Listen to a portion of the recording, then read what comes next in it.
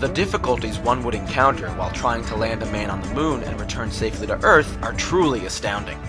The moon has a harsh environment, with the surface temperature ranging from minus 170 degrees Fahrenheit in the shadows to 250 degrees Fahrenheit in the sunlight.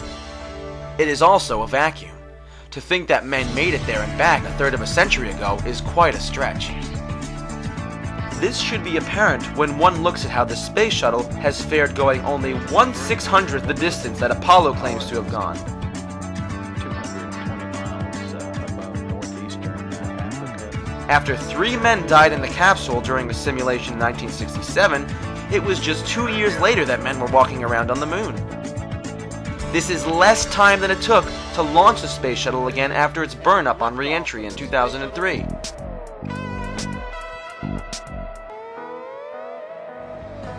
To win the X Prize, a private company had to fly a light craft to an altitude of 62 miles. This is just under the distance that the ascent module had to fly to reach the command module from the surface of the moon. Yet the winner of the X Prize on Earth had to have their vehicle hauled up by another vehicle and then fire its engines to get to the 62-mile mark. This should give you an idea of how difficult it is to just go 62 miles high, even with today's technology.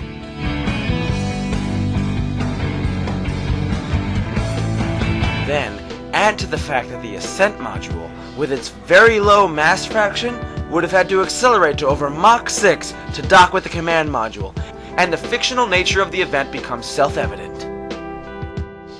It is just outright unscientific and pathological to accept the moon landing claim given the total lack of confirmation and inability to duplicate anything that even slightly approaches the alleged events of 1969.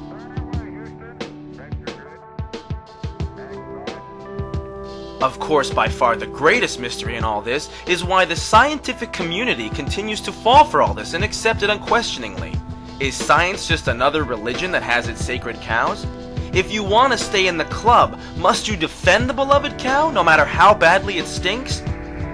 Since nearly all of academia is dependent on funding from the federal government, any scientist brave enough to speak the truth would be committing career suicide.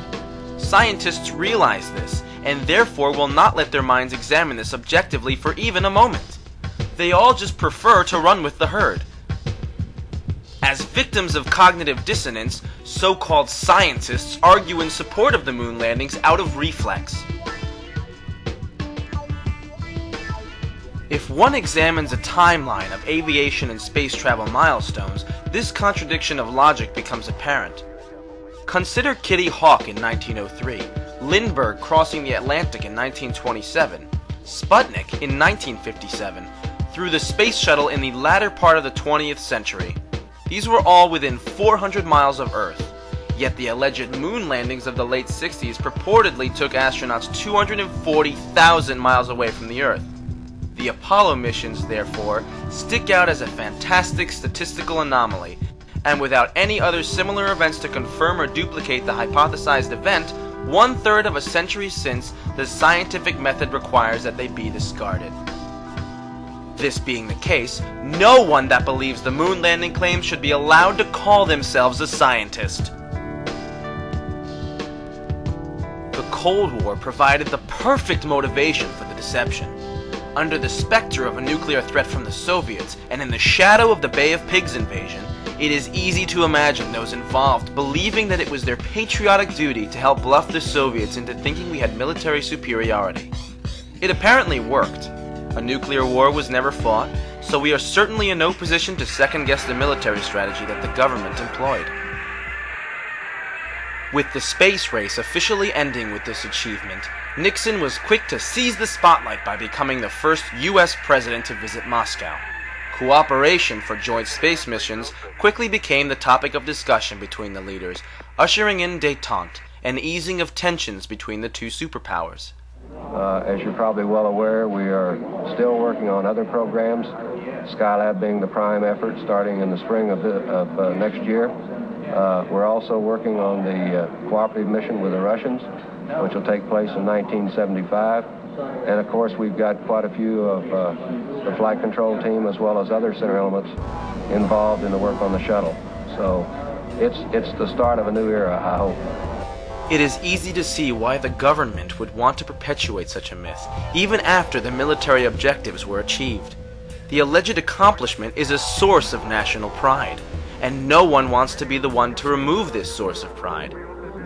It would also not come as a surprise to find out that in upper levels of certain agencies, the moon landing hoax is actually somewhat of an inside joke, in that within these institutions, those that have attained a certain level are entrusted with this secret information.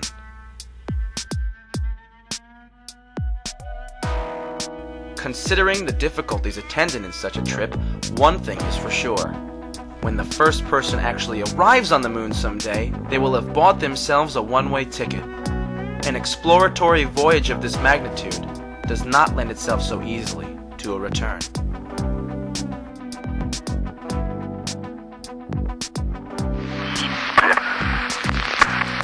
Hey, how are we gonna get to the moon if we can't talk between three buildings?